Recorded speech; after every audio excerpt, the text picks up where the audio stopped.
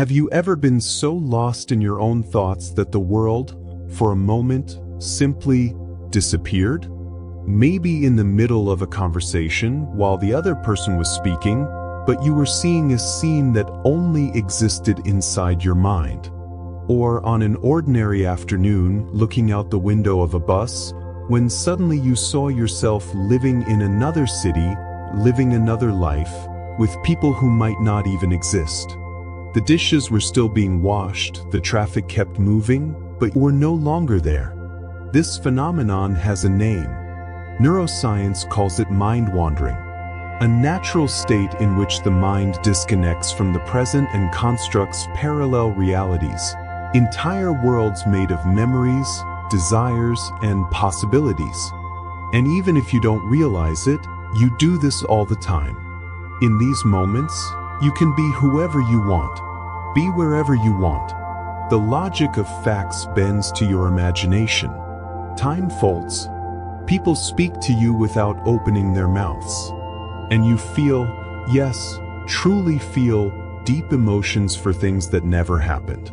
But if you can create complete realities with images, sounds, smells, dialogue, and emotion, then what exactly separates the real world from the imagined one? This question, although it may sound like something out of a casual chat between bored friends, has been asked by philosophers, physicists, psychologists, and mystics for centuries. If what you call reality is filtered, translated, and reinterpreted by your brain, then what you know of the world is, in the end, just a simulation built inside you. And what if, as strange as it sounds, the life you're living is just a very sophisticated form of daydreaming? Maybe it's a recurring dream. A dream with fixed laws like gravity. A dream with limits like pain and time. But still a dream. And here's the most unsettling part. What if you're the only one dreaming it? This idea has a name, solipsism. It's a radical philosophical position based on an uncomfortable realization. There is no direct proof that other people's consciousness exists.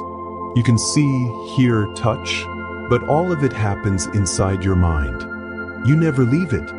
You never access the outside world directly. What you see is a reflection, a reconstruction, an echo. So, everything that exists might only exist within you. But don't worry, this video is not a conclusion.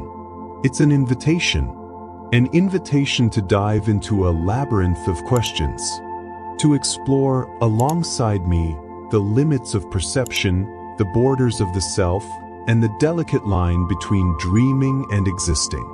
Let's explore, with our feet in science and our hearts in philosophy, this strange possibility. What if reality, as you know it, is just a more stable version of a lucid dream? And what if, in the end, you're alone in the universe, and yet, not truly alone? There is nothing outside your mind. At first glance, that statement sounds like a provocation. But if you stop and calmly observe, it might just be the most honest starting point we have. Everything you know, absolutely everything, first passed through the filter of your consciousness. The sound of a loved one's voice, the taste of your favorite food, the pain of a loss, the color of the sky at sunset, these are all experiences lived internally. No matter what is out there, what you feel, see, or perceive is being translated inside you by you. René Descartes, back in the 17th century, had already intuited this when he declared, "Cogito ergo sum, I think, therefore I am." He doubted everything. The world, people, even his own body. But there was one thing he couldn't deny, the fact that he was thinking. Thought was the only certainty, the awareness of being aware. Since then, our understanding has evolved, but the paradox remains. No matter how far science advances, we are still bound to the same condition. We have no direct access to the world. only to the version of it recreated by the mind. And this leads us to a troubling realization. The brain does not receive the world. It reconstructs it. Neuroscientists have shown for decades that our senses are merely intermediaries, imperfect and limited. The light that hits the eyes is not seen as light, but as electrical impulses that travel to the brain, where they are interpreted as shapes, colors, and depth. The same goes for sound, touch, and taste. What we call reality is, at its core, an internal simulation, one that is highly edited. Have you ever been amazed by optical illusions? Those drawings that seem to move, change color, or hide invisible faces until someone points them out. These visual tricks aren't just playful games. They're windows into a deeper truth about the mind. They show that you don't see the world as it is, but as your mind allows, as it can, as it interprets. If this is true for the senses, what can we say about the self that inhabits this experience? Recent advances in neuroscience have revealed something even more unsettling. What we call the self is not a fixed entity, but a dynamic construction built from specific neural circuits. One of the most fascinating is the so-called default mode network, a neural network that activates when we're at rest, daydreaming, mind-wandering, and thinking about ourselves. This network is responsible for weaving the narrative of identity. I am this, I was that, I will be something else. It creates the continuous thread of our internal autobiography. But here's the thing. This network can be shut down, interrupted, disorganized. People under the effects of psychedelics, in deep meditative states, or with specific neurological injuries report the dissolution of the self, a sensation of existence without boundaries, a being without a name, without a story, just presence. If the self can be suspended, transformed, reconstructed, who is dreaming this dream right now? That question tears a hole in the logic of everyday life. You wake up, drink coffee, reply to messages, go about your routine. But at what point in your experience does you actually begin? The mind is a stage, and the self may be just a character, useful for keeping the play going. At every moment, thousands of stimuli are being processed. But consciousness, what you call now, is a tiny flashlight illuminating just a portion of the stage, while the rest unfolds behind the scenes. The vast majority of your mental life is unconscious, automatic, silent. So, if everything you know happens inside the mind, if even your self is a story told by the mind itself, what are you really? Maybe you're not the character, or the stage, or even the thoughts that pass through. Maybe you are the very screen on which all of it is projected. And if that's true, then yes, consciousness is all you have. And maybe, just maybe, it's all you are. Sitting in a cafe. People walk by, order coffee, talk on their phones. A waiter smiles. The woman at the next table laughs quietly at something on her phone. Everything seems real, present, alive. But then, a silent doubt creeps in. How do you know they are conscious? This is the central dilemma of solipsism, the problem of other minds. You know that you think. You know that you feel. But what guarantees that others feel as well? You see them acting, speaking, reacting, but all of that could just as well be done by a well-programmed machine. By an actor.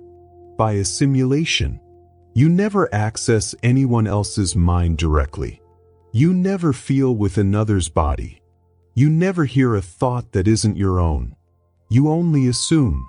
Since childhood, we're taught that others are like us. If someone cries, they must be sad. If someone laughs, they must be happy. But that's just a mental model, a hypothesis, a guess. there's no way to prove it. Philosophically, this abyss between our mind and others is known as the incommunicability of consciousness. We can exchange words, gestures, stories, but the inner experience, the feeling, the being aware, is non-transferable. With every encounter, you are, in practice, speaking to a mirror that responds convincingly, but whose depth can never be measured. Is there really someone in there? Picture a thought experiment. What if, the moment you leave your house, every person you meet is just a projection of your own consciousness? Puppets that exist only while you observe them. What if, the second you turn your back, they vanish? Sounds absurd? But think about the times you've dreamed of people who spoke, laughed, argued with you, and only afterward did you realize they were all just expressions of your own mind. If the mind can do that while asleep, what's stopping it from doing the same while awake? In the age of artificial intelligence, this dilemma has taken on new dimensions. Today, you can chat with a bot that responds with empathy, remembers what you said, even seems to understand. But deep down, you know it's not conscious. So the question returns with more force. What if everyone around you is like that? Sophisticated mechanisms, highly believable simulations, but with no one inside. If that's true, there's no way to know. Solipsism is, by nature, irrefutable. It doesn't contradict itself, it just unsettles. And maybe more than unsettling, it reveals something essential about the human condition, the radical solitude of consciousness. But there are nuances here. Even without proof of others' consciousness, you feel. You feel when someone looks you in the eyes with presence. You feel when a conversation pierces you like an arrow. You feel when a shared silence says more than 1,000 words. Those experiences seem to point to something beyond simulation. They feel real, even if they can't be measured. Maybe this is the antidote to absolute solipsism, sensitivity. The possibility that even without guarantees, we can sense the presence of another, not as proof, but as communion. And what if others are real, not as external objects, but as extensions of the same field of consciousness you're part of? Carl Jung once said that what we do not face in ourselves appears in the world as fate. Maybe others are just that, parts of ourselves wearing faces and names so we can recognize ourselves. In the end, the real question isn't, do others exist? But rather, what in you projects others as separate from yourself? And in that light, the solipsistic dilemma transforms from a doubt about the existence of others into an investigation into the very nature of separation. Maybe in the end there are no others, only you in different forms. There is an experiment repeated countless times since the early 20th century that still haunts scientists and philosophers today. Its name is simple, the double-slit experiment, but its implications are anything but simple. Imagine a particle, say an electron, being fired at a wall with two slits. On the other side, there's a screen that records where the particle lands.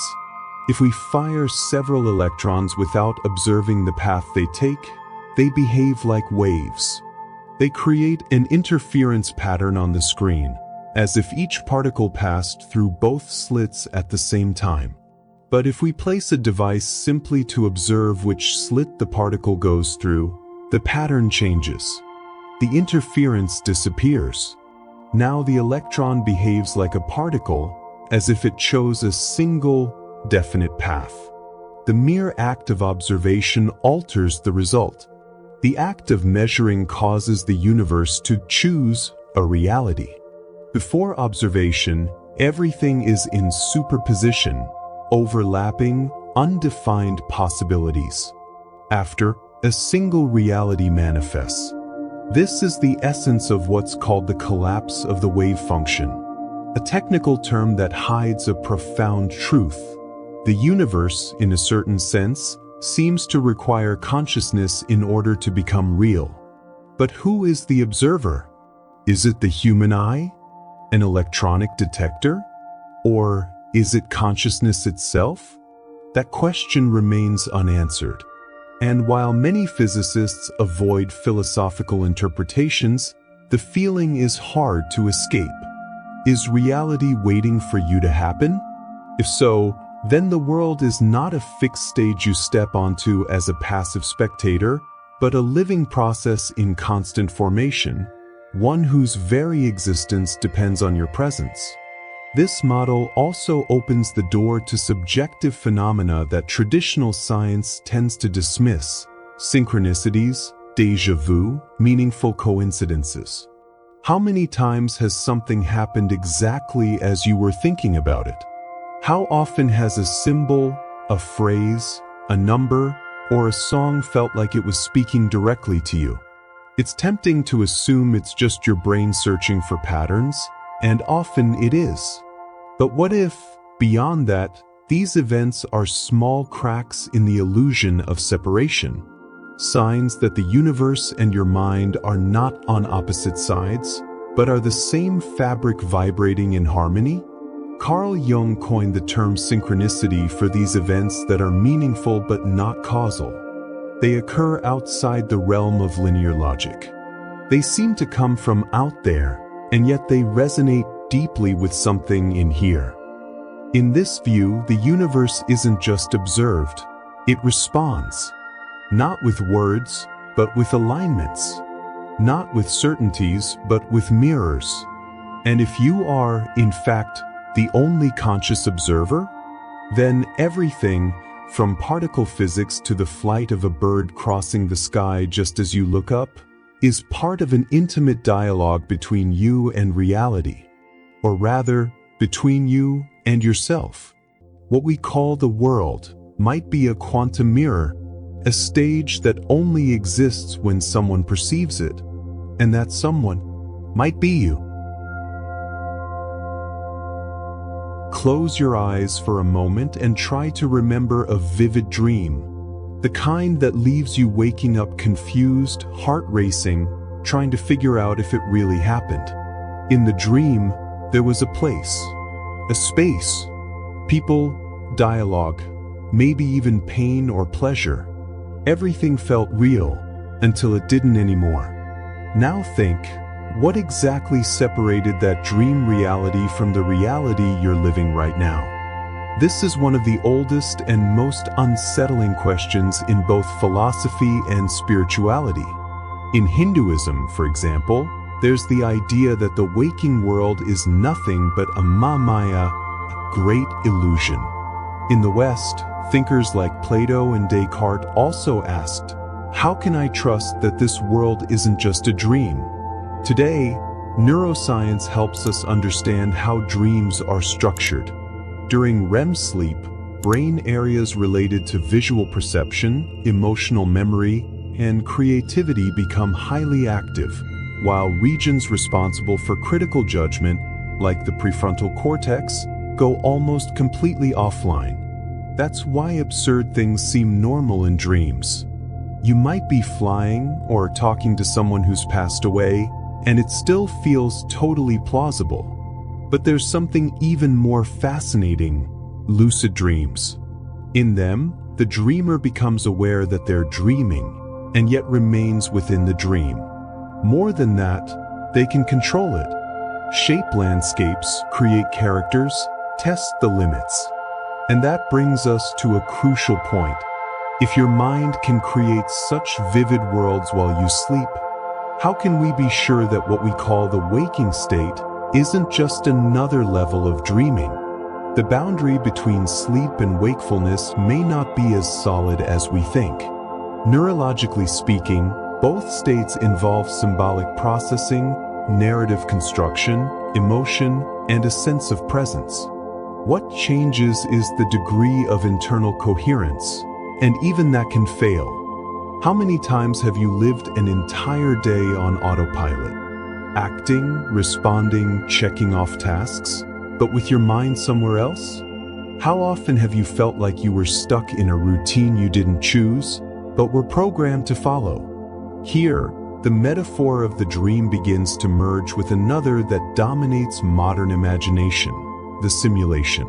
The idea that we're living inside a code, an extremely advanced virtual reality, isn't just science fiction. Philosophers like Nick Bostrom suggest, with statistical arguments, that there's a significant probability we are, in fact, inside a simulation. The logic is simple. If advanced civilizations can simulate entire universes, how many of those universes would be real? And how many would be simulated? But what if, instead of billions of conscious beings inside this simulation, there was only one? This is an extreme form of digital solipsism. A single active player navigating a universe that responds to your presence, your desires, your beliefs. The other characters would be NPCs, non-player characters, complex programs, but without consciousness. And before that sounds too far-fetched, remember, you've already created entire people in your dreams. People who spoke to you, who seemed to have wills of their own, who reacted logically. And all of them were just you, expressing yourself in different forms. So, if you can be the unconscious creator of a dream, why couldn't you be the awakened creator of a simulation? Maybe life isn't a prison. Maybe it's a stage of infinite possibilities, like a lucid dream that only becomes interesting when the dreamer forgets they're dreaming, and only returns to the question when they're ready. Who is dreaming now? If all of this is true, or even if it's just possible, then one question remains, and it can't be ignored. What does this mean for you? If you are, in fact, the only conscious observer in this universe, is that a blessing or a sentence? This idea can carry an immense existential weight. Absolute solitude. How can one bear the possibility that everything you love, your friends, your family, the most beautiful moments of your life, might be nothing more than projections? But there's another side.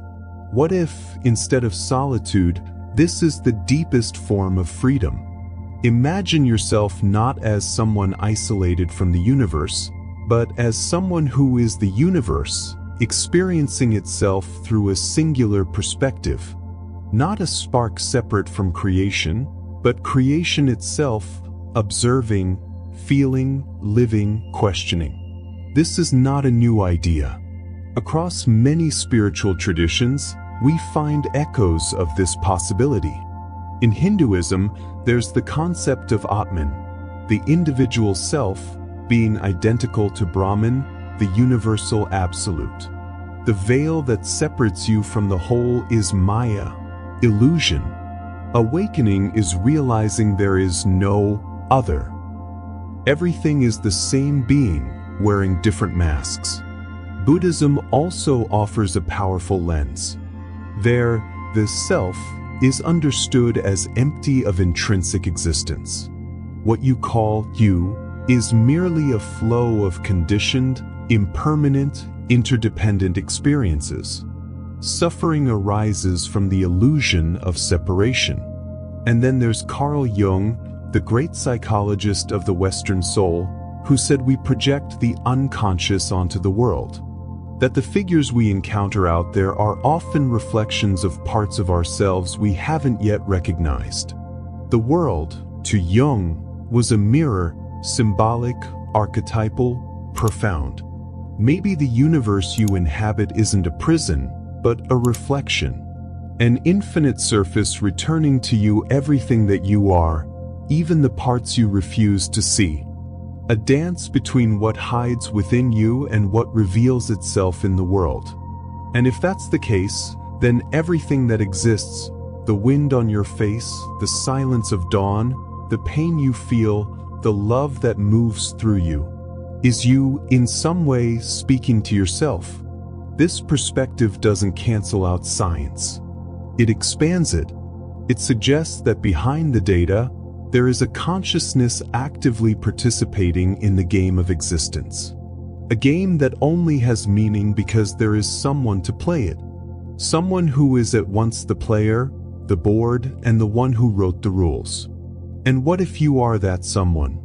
Not the small, personal you with a social security number and a bank account, but the greater you, timeless, dreaming all possible dreams, including the dream of being human. And what if, instead of seeking proof that you are not alone, you accepted that you never were? Because in the end, maybe you are everything, and everything is within you. Let's return to the window. The same figure from the beginning, gazing outside, lost in thoughts that float like mist. The world continues to move. People pass by, horns honk in the distance, time moves forward. But now, perhaps, you see this scene differently. Because what if all of this is just the unfolding of a dreaming mind trying to remember itself? What if you, right now, are daydreaming and everything happening around you is a reflection of what vibrates within? Maybe the world doesn't need to be unraveled. Maybe it needs to be felt. Maybe the right question isn't, is this real? But rather, what is this reality trying to show me about myself? And if it's true that you are alone in the universe, then everything you call reality is your mirror.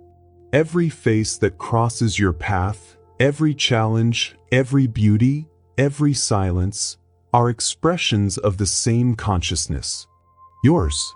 But, and here lies the most beautiful paradox. If you are everything, then you were never truly alone. Because wherever you look, there you are. This journey doesn't end with an answer, because answers are final stops. And this video is a beginning, an invitation to contemplation, to observe your life as if it were a lucid dream, where every detail matters, where every gesture, every thought, every sensation is part of a sacred conversation between you and the mystery. You're not here to find absolute truths. You're here to ignite questions that burn softly in the soul. So look around, feel the now, and ask yourself, what if, at this very moment, I'm still dreaming